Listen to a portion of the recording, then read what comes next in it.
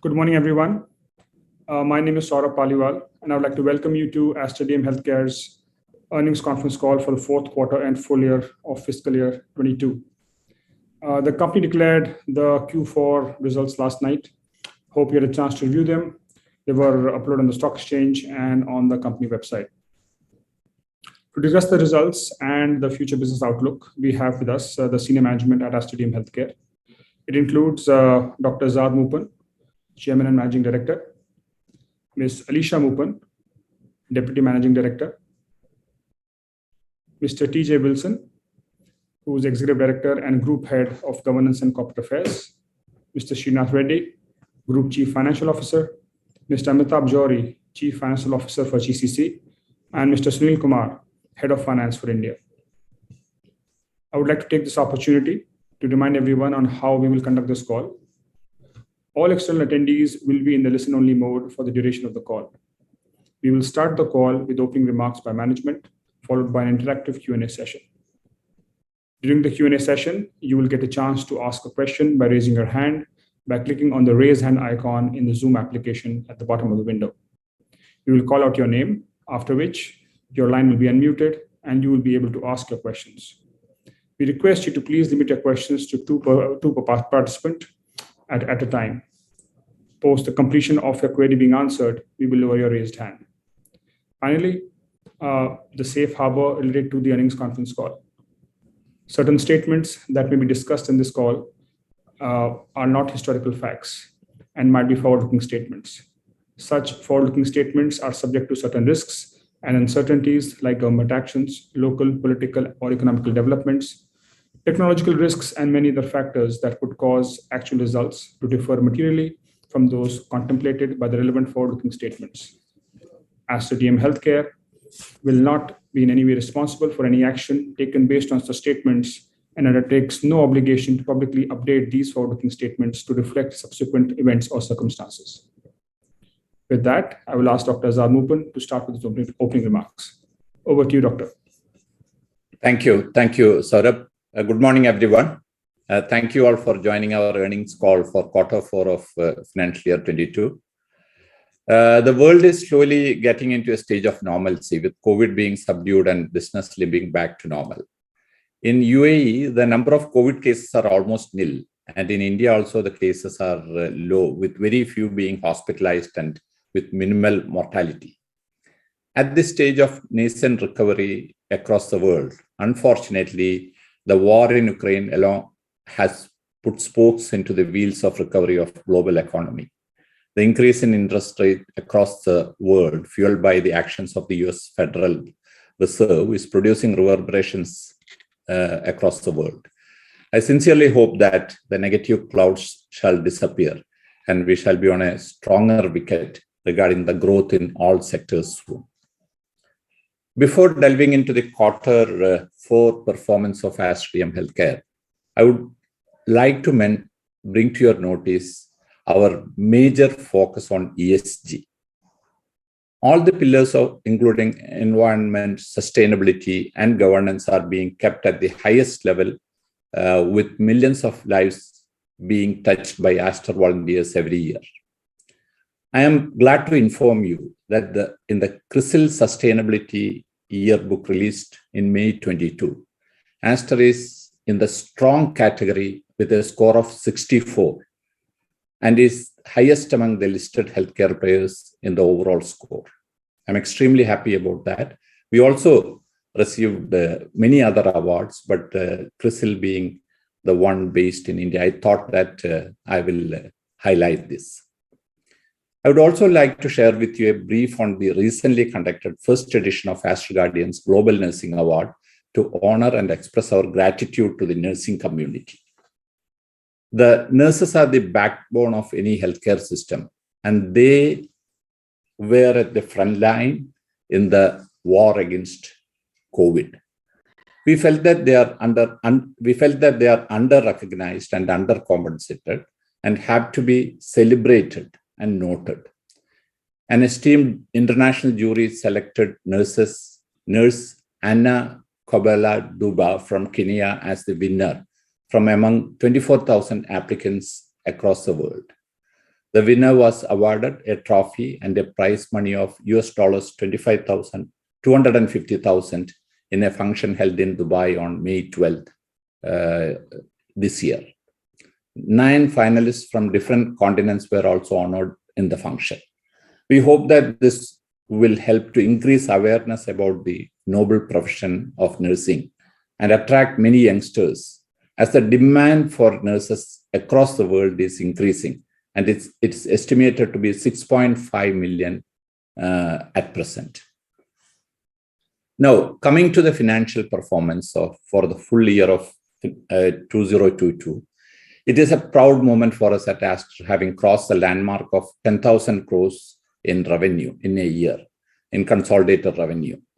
The full year, financial year 22 revenues were at rupees 10,253 crores, reflecting a strong growth of 19% over 21.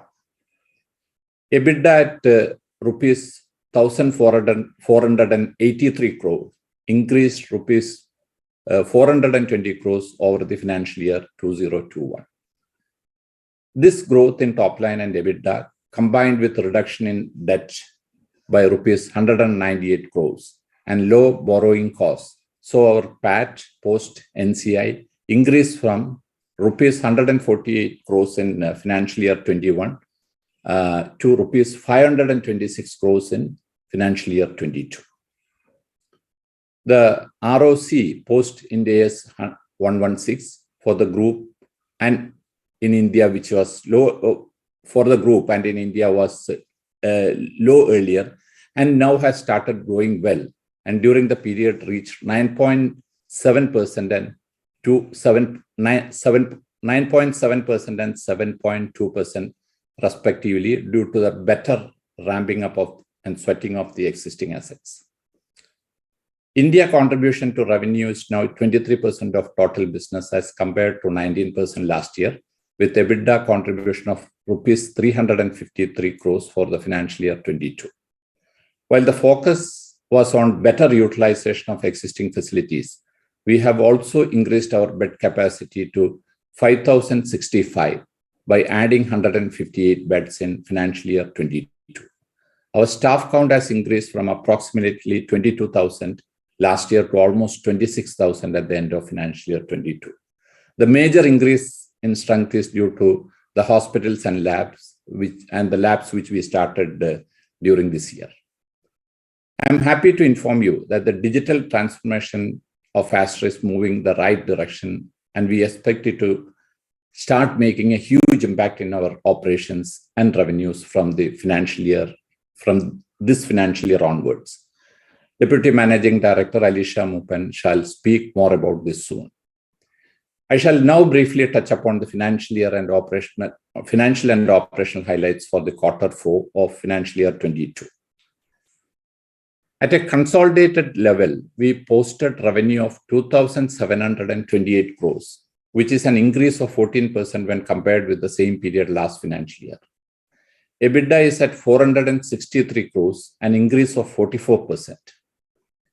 The profit after tax post NCI is 226 crores, an increase of 115% when compared with Q4 of financial year 21. With respect to GCC business, Q4 was a good quarter overall, delivering growth over last year as well as over Q3. Revenue has grown 11% year on year to rupees 2,121 crores. EBITDA increased to 384 crores as compared to 289 crores in the same period last financial year. The Aster India business has grown significantly in Q4, with revenue growth of 26% year on year to 607 crores and EBITDA increasing by 147% to rupees 79 crores as compared to the same period last financial year. EBITDA margins improved from 7% in Q4 of financial year 21 to 13% in Q4 of financial year 22. Let me now move on to some of the operational updates. In India, we have started operations of the 140-bed Aster Mother Hospital in Areekode in Kerala, fulfilling our promise to kickstart brownfield low capex initiatives. This takes the total bed count in India to 4045 capacity beds. We are looking at such opportunities in various parts of India, which gives a much better return on investment and improve our efficiencies. Aster Labs, which has its presence in both Karnataka and Kerala, has now entered into 4 other states: Maharashtra, Tamil Nadu, Andhra Pradesh, and Telangana. As of 31st March 2022, there are 2 reference labs, 12 satellite labs, and 100 patient experience centers. By the end of financial year 23, we are planning to have 38 labs and over 400 patient experience centers overall. With respect to the Aster Pharmacy branded retail stores operated by Alpha One Retail Pharmacies Private Limited under the license from Aster, we celebrated the milestone of 100 store launch in Kochi, Kerala on 31st March 2022. There are 131 pharmacies, 82 in Karnataka, 27 in Kerala, 22 in Telangana. The plan is to reach around 300 pharmacies by the end of the financial year 23, and it is on track. We signed a memorandum of understanding with the government of Tamil Nadu for proposing an investment of 500 crores in hospitals, pharmacies, and laboratories in the state over a period of 3 years. We are looking at an asset-light model with someone doing the hospital building for us. We have started rolling out the low-cost labs and pharmacies in Tamil Nadu, which is something which will be there even before we start the hospital. Aster CMI Hospital in Bangalore, in association with the Indian Institute of Science, launched an artificial intelligence lab. The lab aims to build cutting-edge healthcare products and bridge the gap between clinical medicine and technology by training healthcare professionals in artificial intelligence. In the GCC, the 101-bed Aster Hospital Sharjah commenced operations during the month of April. We also expect to commission Aster Hospital in Muscat, Oman in the next 1 to 2 months. These 2 hospitals will increase our total capacity bed in GCC to 1,406. GCC, especially UAE, is an insurance-driven market. We are focusing on efficiency improvement measures, especially strengthening the revenue cycle management function. For this, we are making investments in talent for the RCM function and expanding the role of shared service center based out of India to bring down the cost. We continue to be recognized for the quality work we do, and external recognitions we receive is testament to the Aster's all-round excellence. Aster Hospital Mankul achieved prestigious HIMSS Stage 6 certification. This multi-specialty hospital is the first private hospital in Dubai to win this recognition. The achievement reaffirms Aster Hospital's commitment to integrate technology into its services to ensure advanced patient safety and error-free treatment. LinkedIn ranked Aster among the top 5 preferred employers in UAE. The ranking was based on our ability to attract and retain talent, including the career advancement opportunities we provide to the employees in the backgrounds. I would like to give an update on the disinvestment of non-core assets. The Saudi asset disinvestor is moving forward, though at a slow pace. While we are at an advanced stage of conversation with one of the prospects, the recent improvement in performance of the hospital has led to interest by a few others too. As you may be aware, Saudi has most potential in GCC with a population of over 30 million, with huge demand-supply gap in healthcare. We are exploring the opportunity for getting a Saudi partner to roll out low-cost pharmacies and clinics and labs, with a partial sell-off from the hospital asset to fund this. We shall keep you informed of the developments in the coming quarters. Status of the corporate restructuring. The subcommittee of independent directors formed to look into the corporate restructuring is actively exploring the various options. We hope to give an update on the status during the next quarter earnings call. I now request the Deputy Managing Director, Alisha Mopen, to elaborate on the GCC business, the digital transformation, and other strategic initiatives undertaken by Aster. Thank you very much. Thank you, Chairman. Good morning, everyone. As Chairman mentioned, definitely the world has started opening up and easing all the travel restrictions. This has a significant impact in the GCC for us because a large part of the population here is the expat population other than in Saudi. When you look at the country, the UAE has managed the pandemic very well, and Dubai in particular has pushed ahead with major reforms to attract more people to establish a base there and live here. Part of the expat population, which had left during the COVID, has also started coming back. We are seeing a rise in tourism, which is a big driver of commercial activity in this area. Our resolve to get on with our lives in a normal fashion, like it was before COVID, is strong. And our own experience dealing with a pandemic-like situation, plus the continuous scientific innovation and research, should keep us in good stead. Going a little bit more detail in the GCC trends, we've seen a good year-on-year growth of approximately 13% growth in revenue over FY21. And I'm pleased to state that this is actually also a growth of 12% over the FY20 revenues, since we wanted to compare it with the pre-COVID era. The EBITDA at 1,130 crores witnessed an increase of 23% over FY21. For the Q4, the revenues for GCC saw an increase of 11% over last year and grew 4% over Q3 of FY22. This has primarily been led by growth in our hospital business. The clinic revenue, it grew by 13% and EBITDA increased by 6% over Q4 of last year. The pharmacy segment is showing signs of improvement with a marginal increase in revenue sequentially, but the EBITDA has moved from 76 crores in Q3 to 112 crores in Q4 of this year.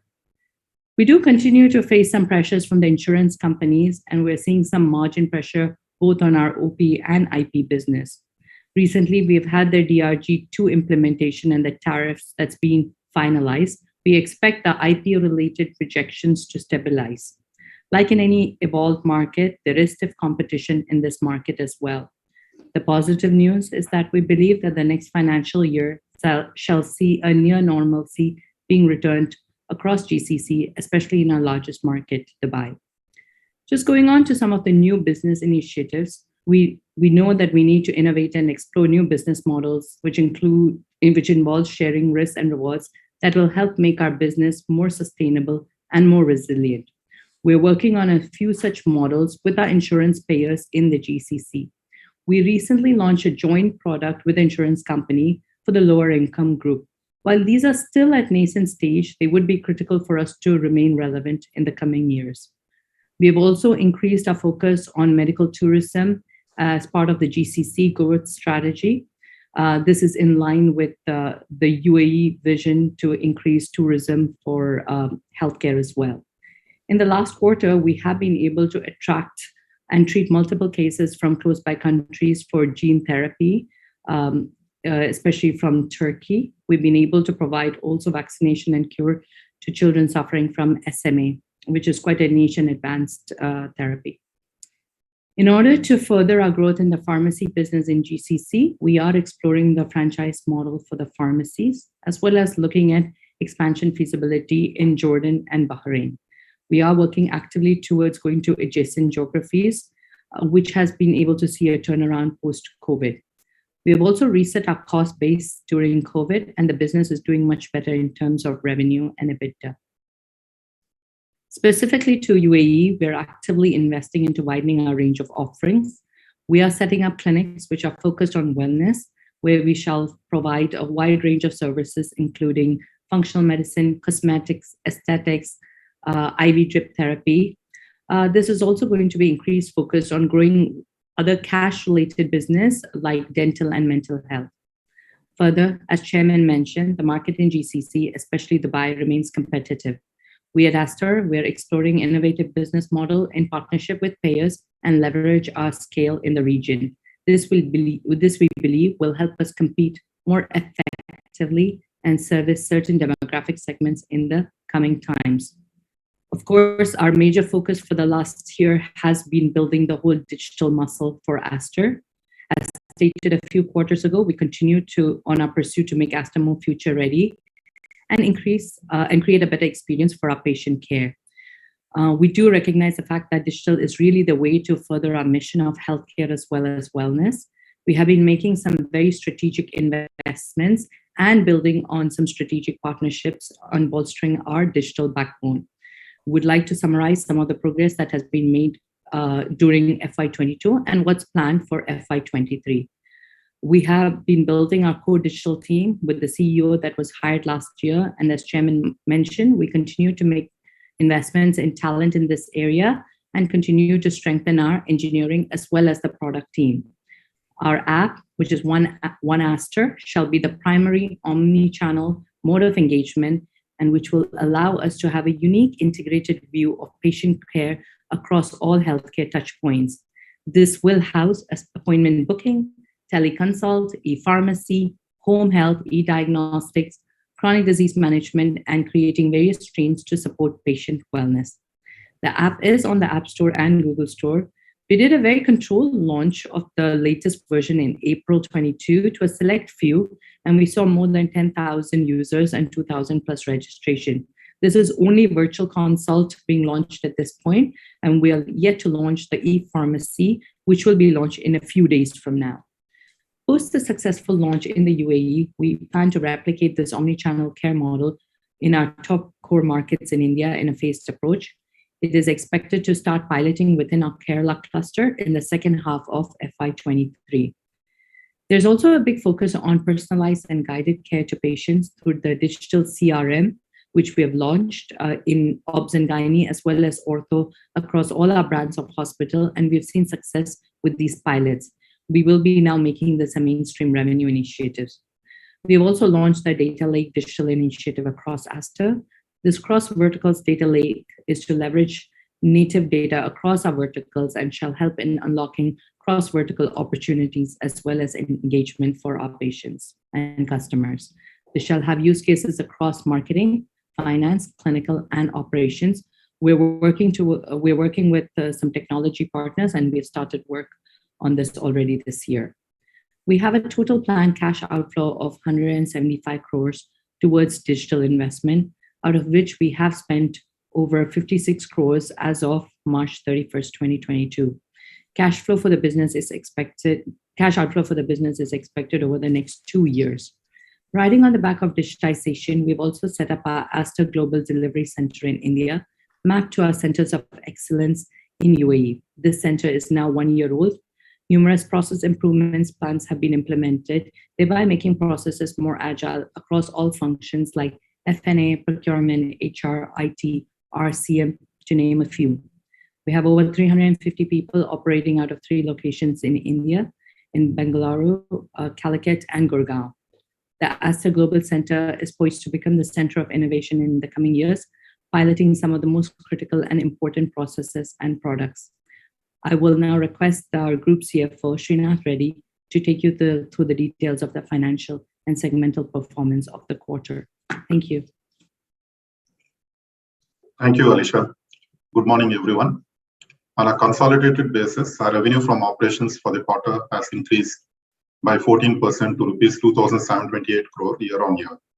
India revenues have increased to rupees 607 crore, up 26% year-on-year from rupees 481 crore. Revenue from our GCC operations is rupees 2,121 crore, an increase of 11% year-on-year. Consolidated EBITDA for the quarter is rupees 463 crore, an increase of 44% year-on-year. EBITDA from India operations has more than doubled year-on-year to rupees 79 crore, and EBITDA from GCC operations is rupees 384 crore, an increase of 33% compared with the same period in the previous financial year.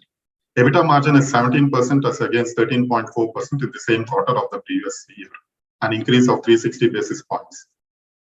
PAT post NCI increased by 115% from rupees 105 crore to in Q4FY21 to rupees 226 crore in the current quarter.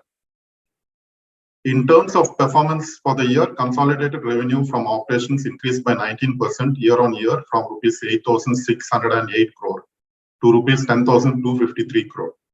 EBITDA for the year has increased from rupees 1,063 crore to rupees 1,483, up 40%. India revenue for FY22 is 2,384 crore, up from 1,654 crore in the previous year. And EBITDA now is 353 crore, up from 144 crore in the previous year, with a margin of 15%. India's contribution to the group EBITDA has increased to 24% compared to 15% in the previous year. PAT for the group post NCI is rupees 526 crore compared to rupees 148 crore for the previous year. Coming to the segmental performance for the quarter, GCC hospital revenue is 944 crore, an increase of 14% year-on-year, primarily driven by better performance of our hospitals, including Saudi. GCC clinics revenue is rupees 661 crores, an increase of 13% year-on-year and 4% sequentially. EBITDA increased by 6% year-on-year to rupees 122 crore, and EBITDA margin is 18.5%. With COVID cases seemingly under control, drop in RT-PCR revenues and uptick in normal business has resulted in lower EBITDA margins in comparison to the previous year. GCC pharmacies revenue increased 9% year-on-year from rupees 559 crore to rupees 609 crores. EBITDA increased from rupees 67 crore to rupees 112 crore, an increase of 68%. EBITDA margin for this segment also increased to 18.5% as compared to 11.9% for the same period last year. The increase in margins for the quarter is primarily on account of purchase benefits earned due to ramp-up of sales post-COVID.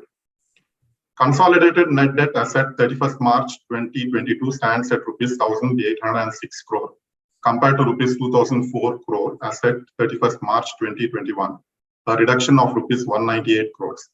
India net debt stands at rupees 319 crore compared to rupees 306 crore as at 31st March 2021. And GCC net debt has reduced to $197 million from $231 million as at 31st March 2021. The reduction in the consolidated net debt combined with an improvement in our EBITDA reflects in better net debt to EBITDA ratio of 1.6 for FY22 as compared to 2.7 for FY21. Capital expenditure during the year was rupees 544 crore. In addition, another rupees 43 crore was incurred towards acquisition of wholesale pharmacy business and additional stake acquisition from minority shareholders, both in India. On that note, I conclude my remarks. We would be happy to answer any questions that you may have. I now request Saurabh to open the question and answer session. Thank you. Thank you, Srinath. Ladies and gentlemen, to ask a question, please click on the raise hand icon at the bottom of the Zoom application. Reminder again, please limit your questions to 2 participants.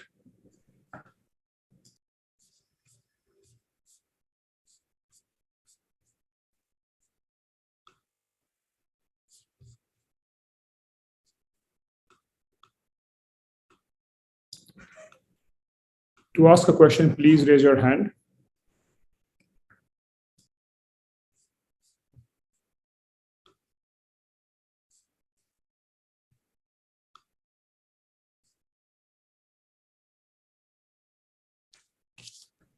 The first question is from Karan Vora from Goldman Sachs. Saurabh, can you hear me? This is Shyam. Hi. Yes, Shyam, please go ahead. Yeah, sorry. So I think congratulations on the good set of numbers. So the question is more on when I look at how are we thinking about fiscal 23 at this point of time in terms of either outlook for revenue or how you're looking at margins. That's first question. And point number 2 is on the hospitals business. It's done well, specifically a combination of both volume growth and price in terms of ARPOB increase. So if you can help us understand how the hospital business will likely grow, what are some of the drivers of growth? I'm more keen on how the ARPOB dynamics are. So these are my 2 questions. Thank you. Srinath, you would like to answer? Yeah. Shyam, in terms of going forward, it's a little bit early to give any kind of a guidance. Maybe Another 1 quarter is something we would like to observe, and by second quarter we'll have bit of clarity. But at least what we are seeing is that the current year looks more normalized in terms of if you look at in the previous years in the GCC region, quarter 1 and quarter 2 used to always be low, and quarter 3 and quarter 4 performance will always be better. So that is what we are likely to see in the current year. Definitely the RT-PCR tests have gone down, and therefore the margins in the clinics, we will see a drop for quarter 1 and as well as quarter 2. And in terms of the hospital business, answering the question, we are coming up. In fact, one hospital has already launched in Sharjah, and the Oman hospital sometime during this quarter, we are likely to launch. So in terms of the existing hospitals, we will continue to see the same margins. We don't see, maybe in quarter 1, quarter 2, we could see some a small drop, maybe a 50 basis points. But we feel that in terms of hospitals, we should continue the margins what we have got at this point of time. We could see a drop in the clinics, mainly because of the RT-PCR. Pharmacies is something which the volumes we are seeing an uptick, and in fact during the last quarter, even the sales of the pharmacies, the footfalls have started going up, and therefore we are positive, and with all the e-commerce initiatives and other initiatives being taken, so pharmacies which was flat for some time, we feel that there should be an uptick in terms of revenues. So just to add to that, Shyam, I just wanted to tell that one of the initiatives which we started and which we mentioned earlier was about this, the brownfield opportunities, operations management of hospitals with very minimal investment capex, almost nil capital. And we hope that we will be able to have significant number of hospitals in India, in the geographies that we operate, and this can add to our number of beds to a great extent without capex being brought in. So that is something where we are focusing, and if that model works, that will be a way in which we can increase our number of beds, as well as with the, we see that there is an opportunity for good margins without investment, where the ROC goes up significantly. And Shyam, in terms of the India hospitals, we continue to see the growth. It could be something similar to what we were in quarter 4, at least for the quarter 1. So that is something hospitals in India continue to do well. Yeah, my question is specific. The second part of my question was on the, you talked about growth, but how are we seeing the ARPOB dynamics, either in terms of in an inflationary environment, are you able to take medical inflation linked price increases? How should we look at the mix change from a hospital perspective? Medical tourism, I think you touched upon in the opening remarks. So just those dynamics around how we should think about, the growth coming from price and volume. Yeah. So one of the things which one thing which I just wanted to mention is that we definitely, we know that there is a requirement for price increase and to see the inflation, how it is being covered. So in India, some of the hospitals, we already have, taken the price increase. And Sunil, if you can just give what is being done already in India. Thank you, Chairman. Yeah, in India, already majority of our hospitals, specifically in the Kerala and the Karnataka cluster, we already taken the price increase, both in the quarter 1 itself, and some of them took in the last quarter, quarter 4, in the end of the quarter 4. So these price increases range somewhere between 5 to 10%, and it is not across the board. So we have gone through some of the services wherever we feel it is underpriced, and looking at the competition also, we have done the price increases. But I think this will be enough to ensure that whatever the ARPOB increase we have seen from FY21 to FY22, the similar uptick can be looked at least in the going forward also. Shyam, that is in India, what Sunil gave it for. In GCC, we expect similar ARPOBs to continue. We don't see significant increase because like what in our opening statement, what we said, there has been some pressure from the insurance companies. So therefore, the ARPOB levels will continue to be almost similar. There may not be a price increase as such, but we are looking at bringing in efficiencies and increasing the volumes. Now, Just to add to that, Shyam, I think you will remember the point on the MBT. That's one area that we're focusing on for increasing the occupancy levels. But another one is we are slowly shifting the mix of cases within our hospitals as well. So when you look at Aster hospitals, for example, we have added neurosurgery, we've added oncology. So there is an increase, a slight increase in ARPOB that you're seeing in the GCC hospital on account of this case mix. So we believe that while inflationary linked tariff increases is a little bit more of a challenge in insurance-led businesses, or what we have in our control is how do we have an occupancy that we still need to work on, which between MBT and service level changes, where we are moving much more into tertiary care services and procedures here. I think that's where we will see the uplift on ARPOBs coming in. Thank you and all the best. Thank you. Thank you, Shyam. The next question is from Amrish Kakar. Please go ahead. Thank you for the opportunity and congratulations on a fantastic quarter and a fantastic year. Thank you. To everyone in your team. So the two questions I had were on the new initiatives. First in the digital and then the hospitals and clinics, as the clinics and labs in India. So for the Indian operation, is there some color you can provide? We've now got some very good numbers in terms of pharmacies, in terms of labs and PACs. Is there something qualitatively you could share on good and bad and how this fits into our strategy and thinking of having these in reasonable proximity to our hospitals and having some sort of an ecosystem around this? Is there any visibility you can share on a qualitative basis at the moment? Right. From the qualitative side, see, as has been mentioned by Alisha, she will mention more about what is happening in the digital, and Amitabh also will mention about that. See, we would like to create an ecosystem where the hospitals are connected with the clinics, with the pharmacies, with the home care, and all this are tied up through the one Aster, where virtual consultation also will be available.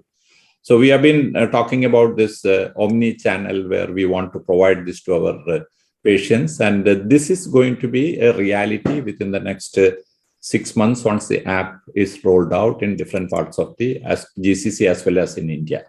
So that we think that will be a force multiplier, which will have significant impact on our revenues as well as our patient comfort. So that is what we are looking forward, the digital driving that along with the physical, which is getting ready in India especially, so that we are now closer to the people. We always say that we have to take healthcare closer to people. That's what is happening through the physical ways. Just by online, we don't think that we'll be able to do that. Even if it is a pharmacy, if a medicine has to be supplied, we think that if we are closer to a location, it will be easy for us to provide even an online order coming in for fulfillment. It will be easier for us rather than many others who will have to bring it from faraway places. So in all these ways, this saturating the market with our pharmacies, our clinics, as well as with our hospitals as the backbone, I think we'll be able to provide a bouquet of services which are connected with each other. Alisha, you wanted to say about the digital part? Yeah, so Amrish, I think just echoing what Chairman said, right? For us in India, as the clusters are there with the hospitals, we do really think that still the funnel comes from the primary care. And primary care, whilst digital is a major unlock, you still would need the physical presence as well. So we've got 4,000 doctors. How do we really give them access to a wider population? Definitely digital will enable that. But when you're looking at combining that with the pharmacy and the medicine delivery, having these units, it really fits into making sure it's a tight ecosystem where people do think about Aster not just for tertiary and quaternary care, because that's what we've built over the last 15 years in India. But we also want to make sure that anything which is for primary care as well as post-op care, we are able to have that connect across from the primary care all the way to quaternary care and the post-op care, which requires both this digital as well as the physical infrastructure and network to be created. So I think qualitatively from a patient's journey and experience, it gives them multiple options. And that's really what we wanted to kind of enable, right? The convenience, whether if you want it at home, you have that option to have it at home. Whether you want to go to the store that's next to you, that's also available. So we do think the whole idea is how do you empower the patients to have more choices and more access and more convenience. So we really believe that these needs to go hand in hand. It cannot be only a physical plan. It cannot be only a digital plan, which is where these have been for us. We've been trying to run these in parallel to give that dual choice for our customers and patients. Alisha, just to add to Amrish, what Alisha is saying, if you look back at the last year where we haven't launched our e-pharmacy as an app, just by WhatsApp orders that have been received by us, we've been able to generate almost 50 crores of revenue. These are the places where we see that there's a great opportunity, because the moment these are orders that are coming on WhatsApp, but the moment you launch an app where a captive patient base is automatically given the option of getting the medicine delivered to home. We're also launching a lab business in UAE. So the phlebotomist can reach your home to do the test. All this ecosystem of a patient care integrated at one app is expected to give us significant revenue potential in the UAE area. Thank you all. I mean, I look forward to this over the next 12 months, I suppose, as we start rolling it out. It looks very, very interesting. Just as a follow-on and the second question effectively to this. So on the app itself, we've earmarked 175 crores. We've spent a little less than a third of that, and we'll spend the remaining next 2 years. I think Ms. Mupin, you talked also about monetization. I'm just trying to understand beyond, of course, the customer experience and the stickiness that will create. And I guess we already have a use case in e-pharmacy kind of sales. Are there any other monetization pillars that we can see? And sort of what metrics should we be thinking about for this digital business? Sure. So I'll ask Alisha or Amitabh to give the details. So we have launched programs, chronic disease management, as well as the ways in which we can avoid dropout of patients, as well as fulfillment of patients who come to us and go back and then don't come back for medicines or for treatment. So if you can give some details on that, Alisha or Amitabh. Amitabh, you want to? Yeah. Sure. Thank you, Alisha. Thank you, Chairman. So, if you look at it, Amrish, the last year, we also launched 2 more initiatives. One was what we internally call it as revenue augmentation. It's an initiative which allows us to ensure that a visit to a GP is referenced to a hospital. There's no, handoff, and it's more towards the patient care, where a patient clinical walk between a clinic and a hospital is managed. And we've seen that there's a significant acceptance to that. If we look back last financial year, even in last two and a half quarters, we generated almost 18 crores of revenue. And again, as Alisha mentioned in her speech, it is very limited. We've just launched it at a few clinics for ortho and obs and gynae. Similarly, when we call it as a DCRM, we've been able to create a platform which pulls the information from our HI system, and for chronic cases where there is a need for a medicine or a regular checkup, a reach out is made to the patient to further the patient care. And we've seen that it has helped us get the patient back into clinical consultation, the e-pharmacy, things of multivitamins and other places. We have seen that this has led to, in the last 1.5 quarters, gave us a revenue of almost 10 crores. Amrish, the reason I'm bringing out the numbers is because on a limited pilot launch, we've been able to see significant growth potential on this. And that's why we believe that for this geography, this can be a strong growth propeller for us. Thank you. I think that's very helpful. And hopefully, as we go forward, we'll find a metric, also some way to measure this, because I suppose the sales will get captured, or the revenue will get captured in one or the other division, but it would be really interesting to track this. Thank you very much. What we are hoping for is over time, as the app is launched, like you said, we would be able to say about our unique number of customers which are there on the app and how much is the sort of realization per patient, right? We have kind of the data on how much that is right now. Are the pharmacy orders changing? Are the visits changing? So I think those are the kind of metrics we are working towards developing. Fantastic. Very helpful. Thank you for your detailed replies, and all the best for the next year. Thank you very much. Thank you. Thank you, Amrish. The next question is from Ramveer Singh. Please go ahead.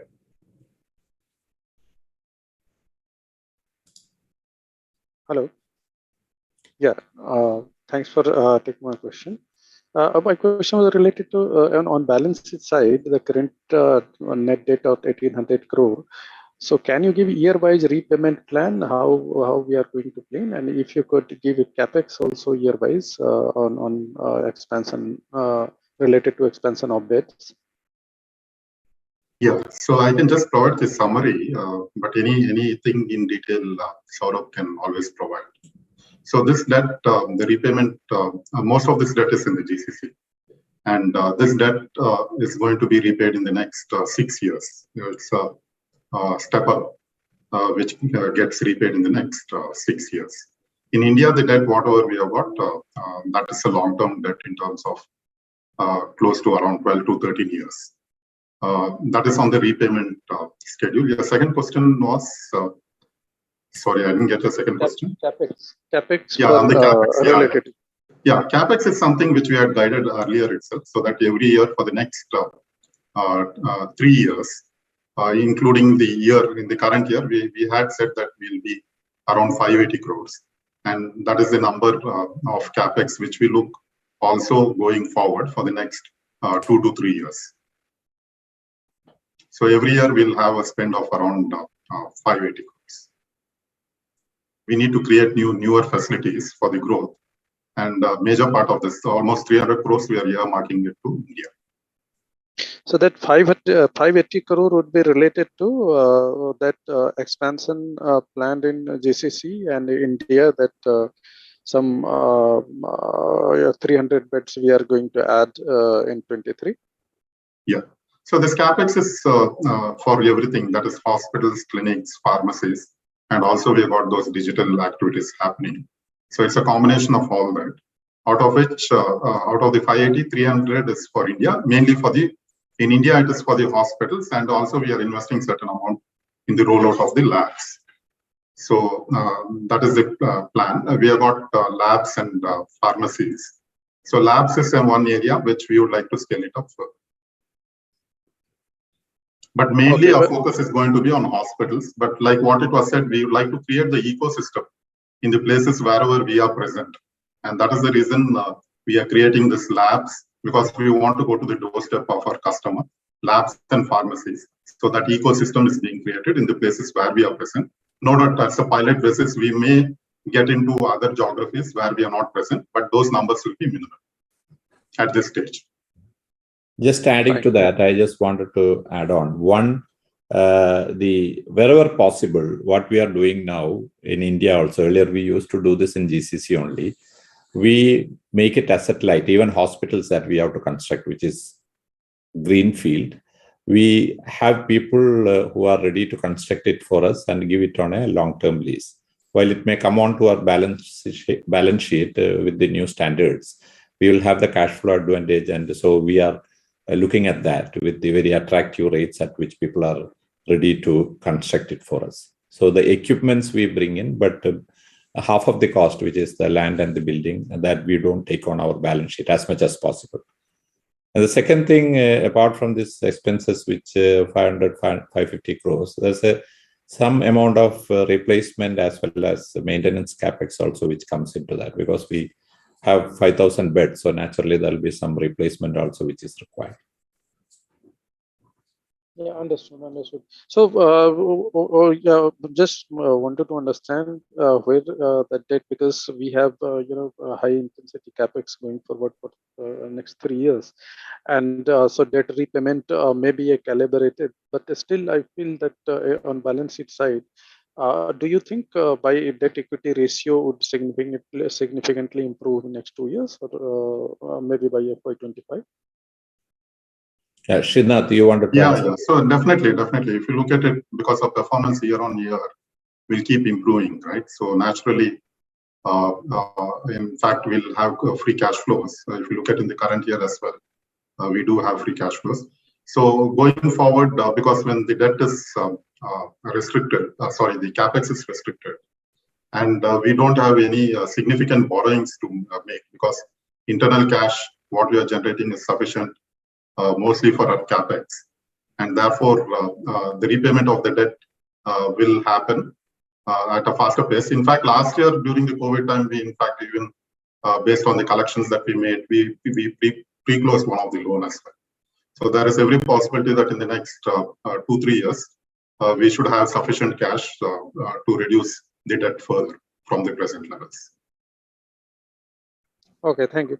Just on Q4 performance, do you feel part of performance is related to pent-up demand, because we came out with COVID scenario, and so obviously there will be some outpatient from outpatient side also and inpatient side also, and that 66% occupancy may have some related to bunch up of demand. So do you feel any element is there in Q4?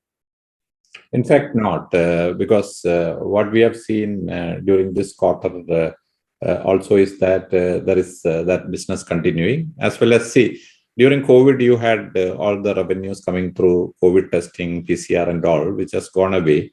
In spite of that, we were able to have fairly good quarter. Now, when we look into this quarter also, the performance appears to be it's showing that there is that traction which has happened even in the post-COVID period, even without that pent-up demand. So going forward, occupancy, because now bed capacity is also being increased. So occupancy, can we assume that 60% plus occupancy will continue in FY23 and FY24?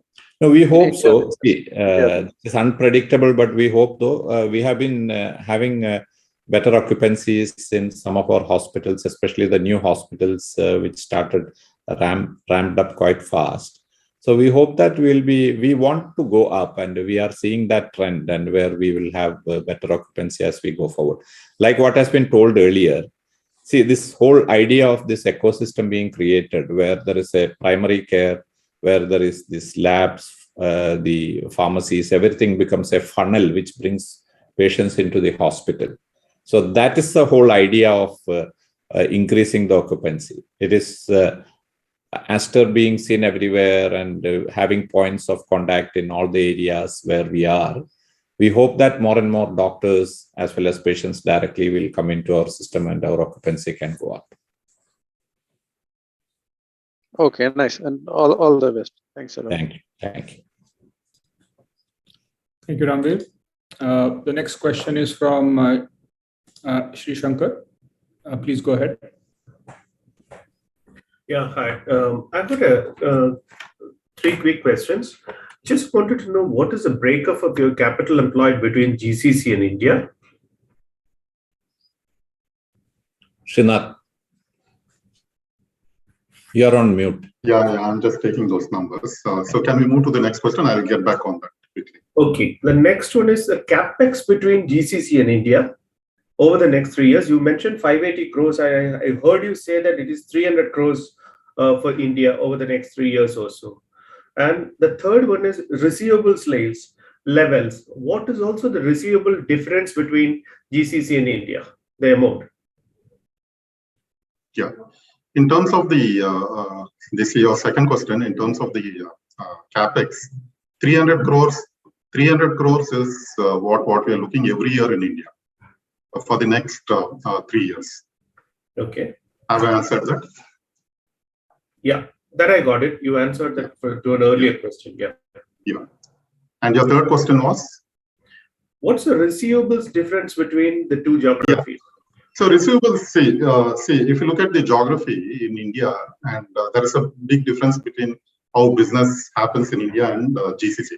GCC mainly it's an insured market, and India is cash market. No doubt, insurance during the last few years has been steadily increasing, more so in the bigger cities. So normally speaking, in the GCC, the credit period is anywhere around 90 days. So you'll always you'll almost have 90 days receivables showing in the books of the sales, whatever is there. So that is on the GCC side. India side, because in terms of the total credit business, what we do is around 20%, because some of the geographies have got 15% insurance. Some cities, bigger cities like Bangalore, has got 40% insurance. So the credit business, what we do is around 20% of the total sales. And even there, over there, we'll have 90 days of receivables on the credit sales. And in terms of your first question, capital employed, in GCC, it's 6,500 crores. And in India, it is 2,500 crores. Okay. So in receivables and absolute numbers, can you give me in GCC and India? Yeah, I can give you that. We can give you that. Just give me a minute. I'll come back with that. Now, if I could give the breakup. We are given the, Sorry. The blended rate, Sri Shankar, is the blended receivable days is 72, as we have reported in our consolidated financials. I got it. But I was asking for the absolute numbers. Sri Shankar, just give us a couple of minutes. We will give the exact numbers in terms of receivables in the GCC and India. Okay. So we will come back to pose the next question. Thank you. Sri Shankar, before you go off, the GCC is 88 days and the blended is 72, if that helps. Amitabh, he wants the absolute number. So I can give you the absolute number. So the absolute number in terms of GCC is 1,880 crores. Okay. And the India is 140 crores. Thank you. Thank you.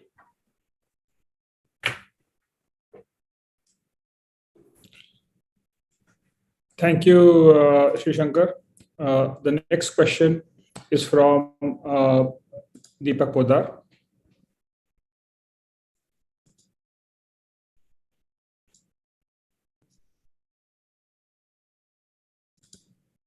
Can't hear. Saurabh. Yes, Deepak, you may go ahead.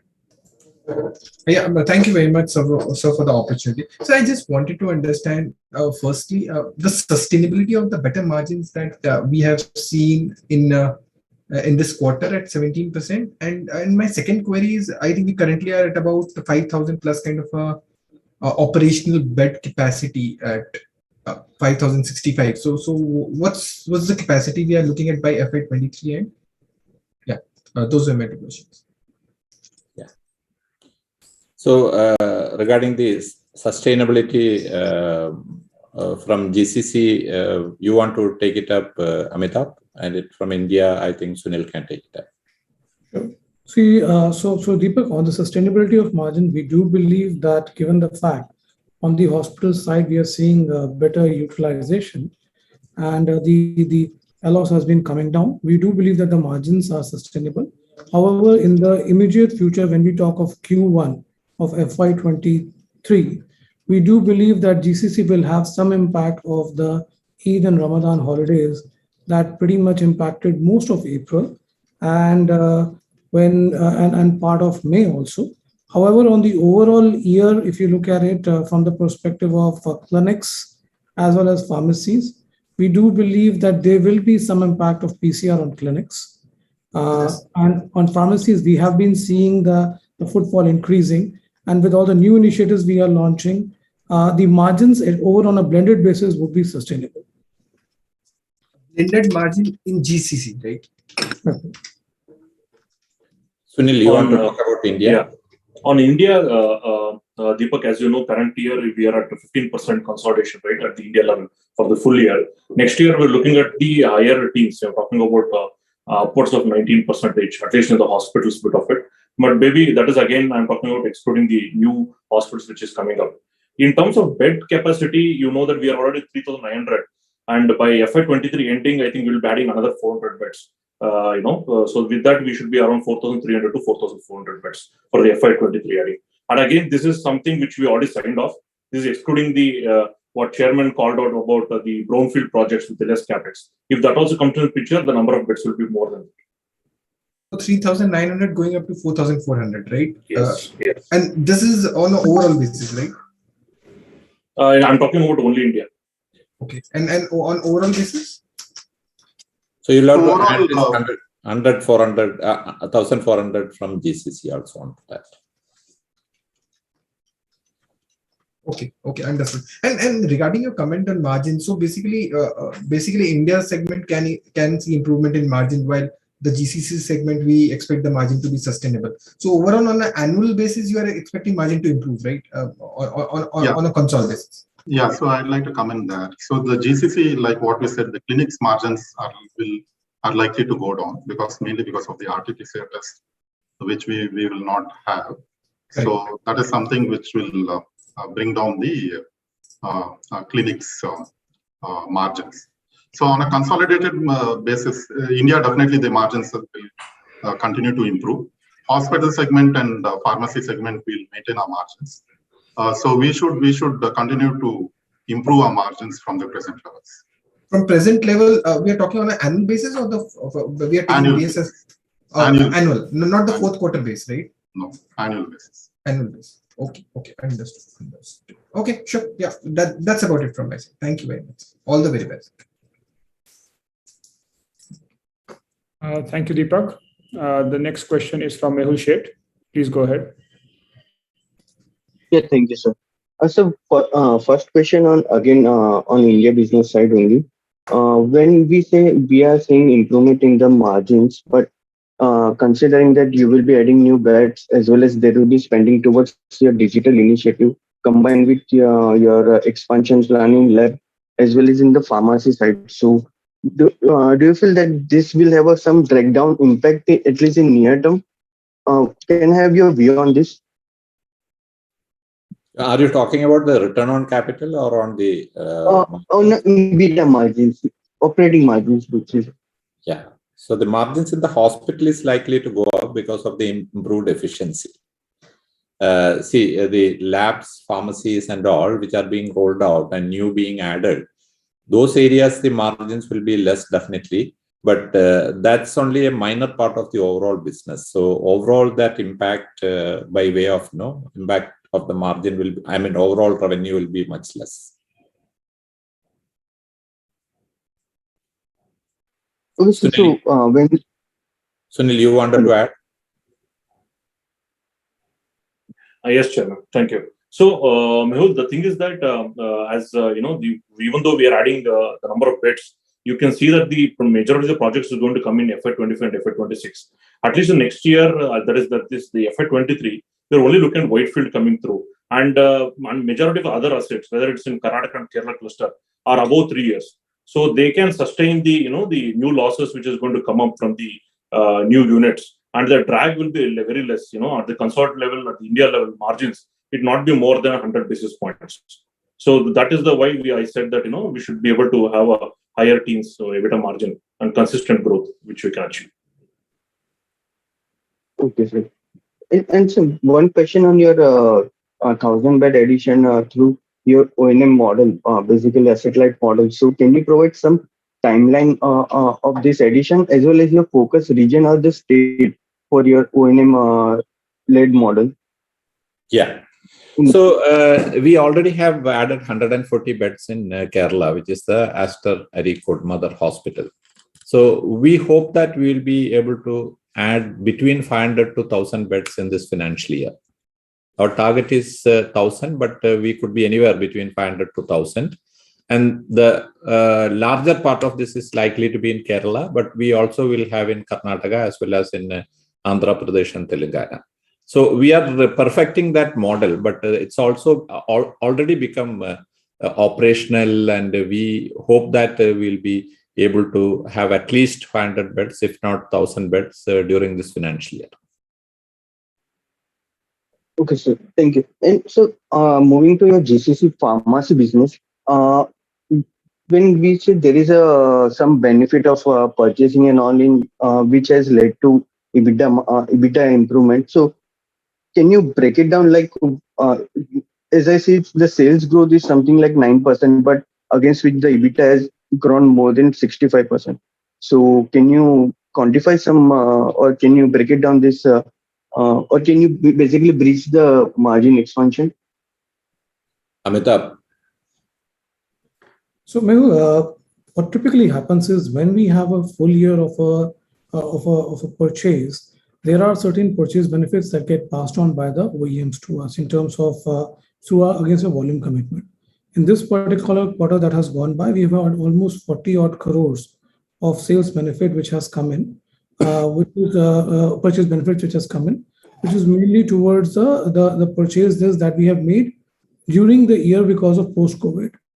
If you look at the last financial year of the same period, it was not 40 crores, it was a little less at that point of time.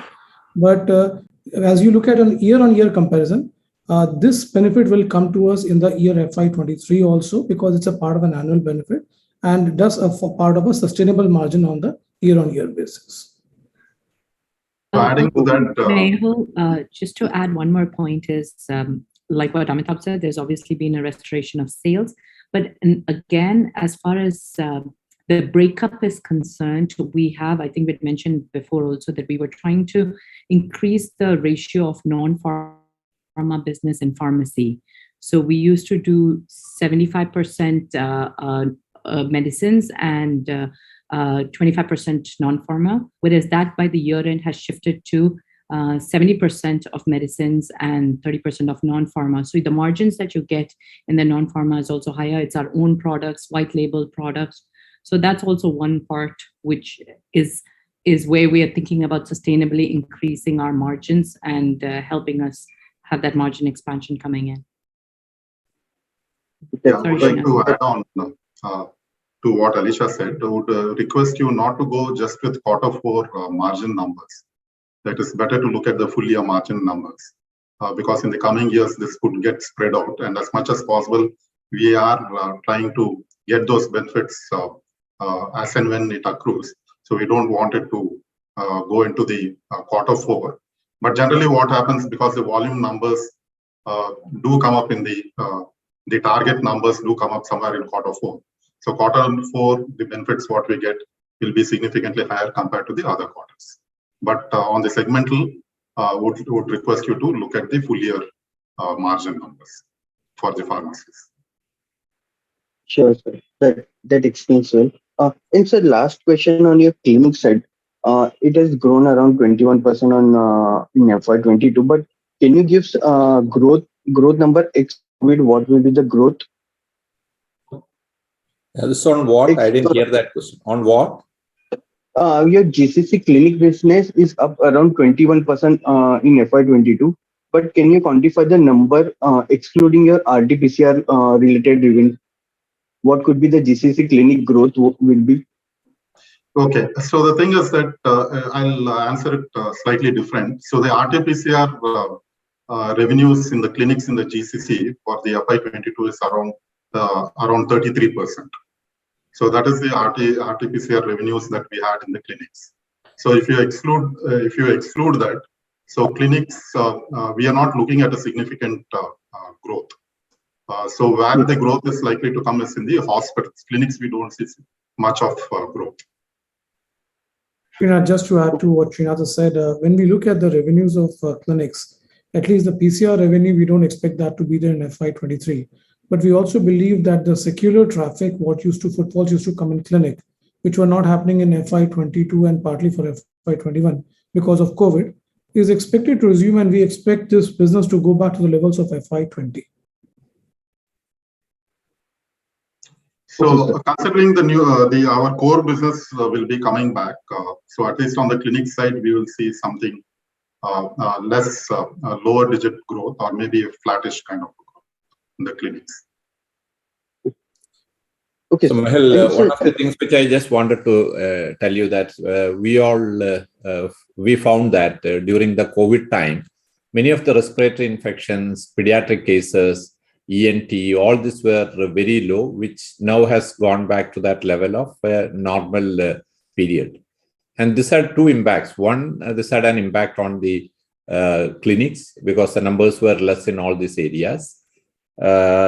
Second, this also had an impact on the pharmacy revenue, because the pharmacy usually gets a lot of its volumes and profits from acute care medications like antibiotics and all. This was also very low during this period.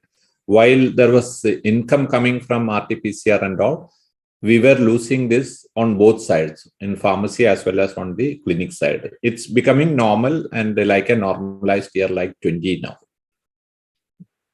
Sure, sir. And sir, one small data point. In start, you mentioned your budget for your digital spending for next 2-3 years. What was that number, sir? So already you have spent around 56 crore, and what is overall spending budget for you on a digital side?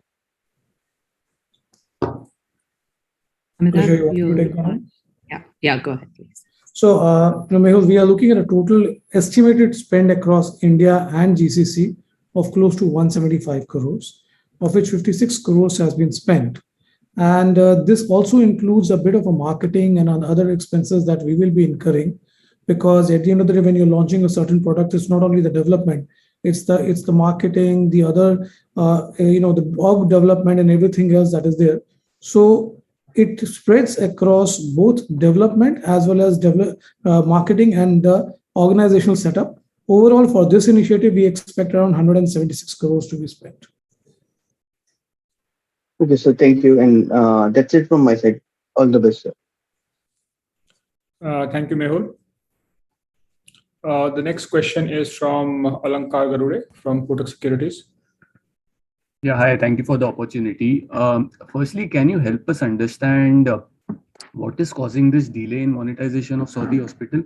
Because if I remember correctly, we had mentioned about completing this deal in a couple of months in our Feb con call. So can you just help us understand what exactly is causing the delay? Yeah. So Alisha, you would like to, yeah, so Alankar, two parts of it, right? One, March was Ramadan. April was Ramadan. So it ended up being pretty much a very, very quiet month, and then Eid holidays came in. So there's definitely been, in Saudi, pretty much a lot of things close around the Eid and Ramadan. So things like Chairman mentioned was going a little bit slow. Secondly, there has been quite a big turnaround in the Saudi business over the last 6 months.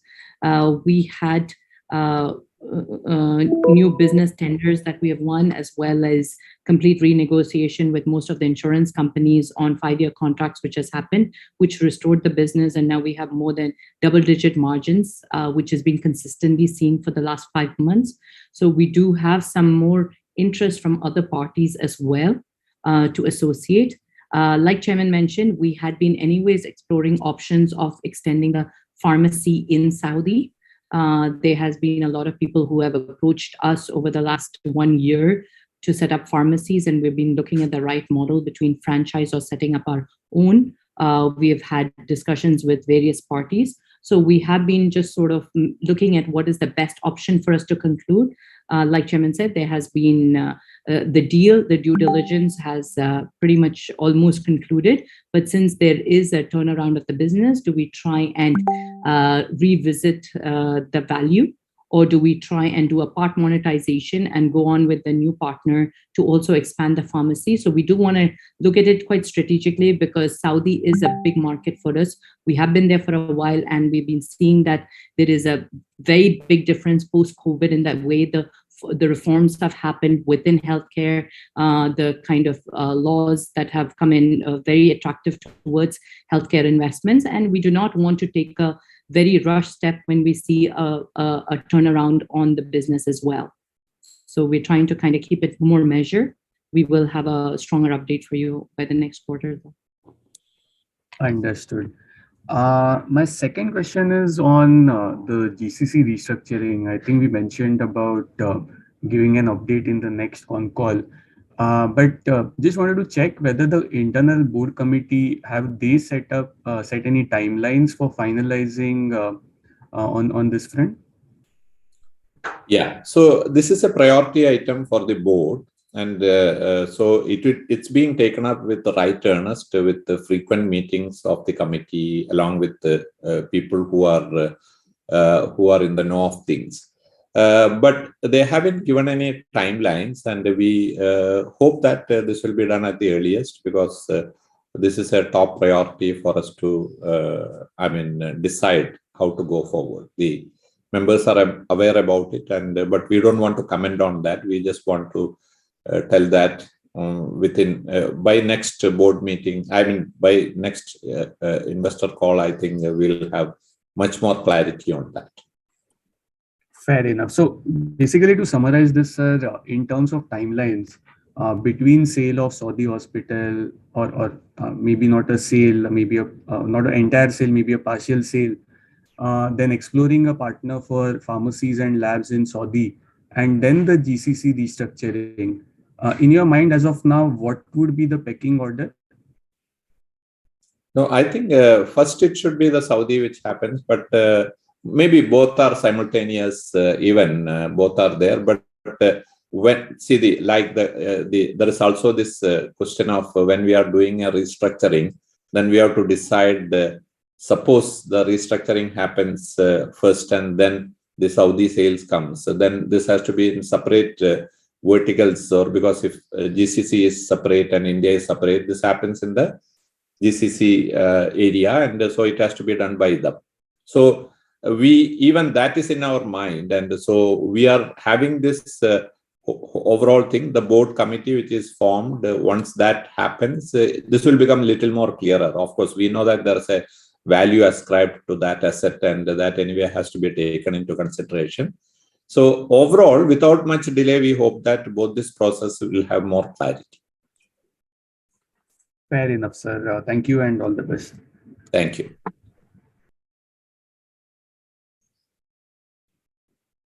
Thank you, Alamkar. If there are any more questions, I request the forum to raise their hand by pressing the raise hand icon on the Zoom application.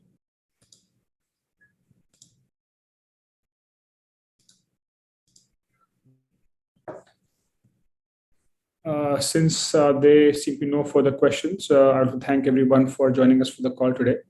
If you have any further queries or questions, do feel free to reach out to me. Thank you very much, and have a great day ahead. Thank you.